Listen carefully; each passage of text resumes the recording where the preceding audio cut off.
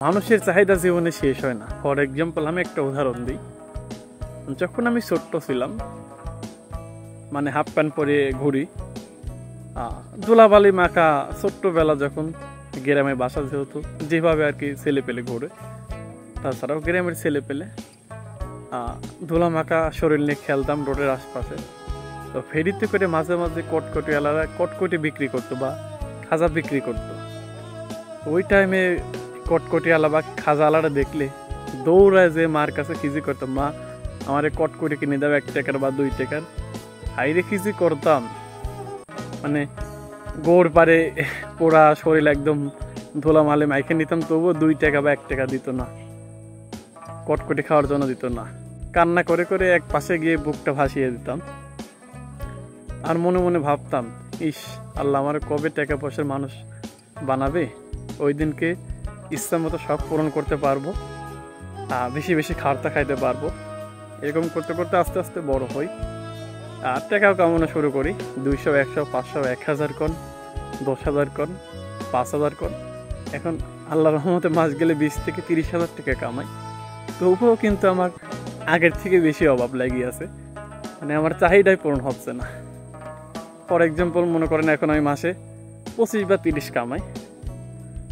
তো আমার মনে হয় যে আমি এখন যদি মাসে 1 থেকে 10 লক্ষ টাকা কামাইতাম, ইস আমার এই শখটা পূরণ করতে পারতাম, সুন্দর একটা বাড়ি করতে পারতাম, বা বাইক ইডা ওডা, মানে বিভিন্ন টেনশন মাথার ভিতরে চলে আসে আর চাহিদা বাড়ে যায়। দেখবেন যার 1 কোটি আছে তার 5 কোটির স্বপ্ন, যার 5 কোটি আছে তার 10 কোটির স্বপ্ন, যার 10 কোটি আছে তার 30 কোটির স্বপ্ন, যার 30 কোটি আছে তার 40 কোটি, যার 100 কোটি আছে তার 200 কোটির স্বপ্ন, 200 কোটি আছে তার 300 কোটির স্বপ্ন। মানুষের চাহিদা কখনো কমে না, কালের পরিবর্তনে বাড়তেই থাকে।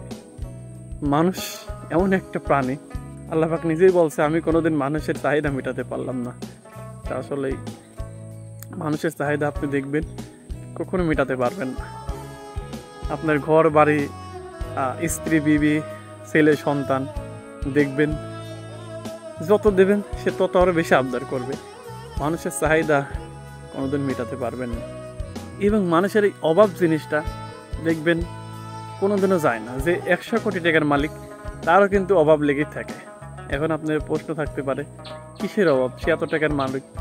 দেখেন আপনার মনে যখন যে জিনিসটা বায়না ধরতেছে, ওইটা আপনি যদি পূরণ না করতে পারেন তাহলে আপনার অভাব অবশ্যই লেগে আছে। অর্থ থাকলে তো আপনি পুরো অবশ্যই সেই জিনিসটা পূরণ করতে পারতেন।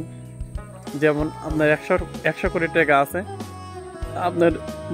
আপনার থেকে বড় আর এক কোম্পানি আছে, ওর 500 কোটি টাকার মালিক।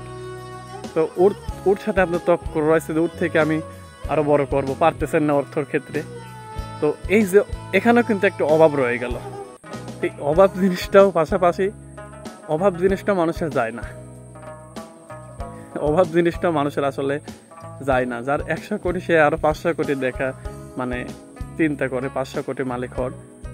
এভাবেই আসলে অভাব জিনিসটা পাশাপাশি, চাহিদার পাশাপাশি মানুষের অভাব জিনিসটা দেখবেন যায় না। কোটিপতি হলেও কিন্তু তার যে অভাব, মনের যে অভাবটা, এটা আসলে যায় না। এই হচ্ছে বর্তমানে বিষয়। মানুষের চাহিদা অভাব এটা কখনো যায় না।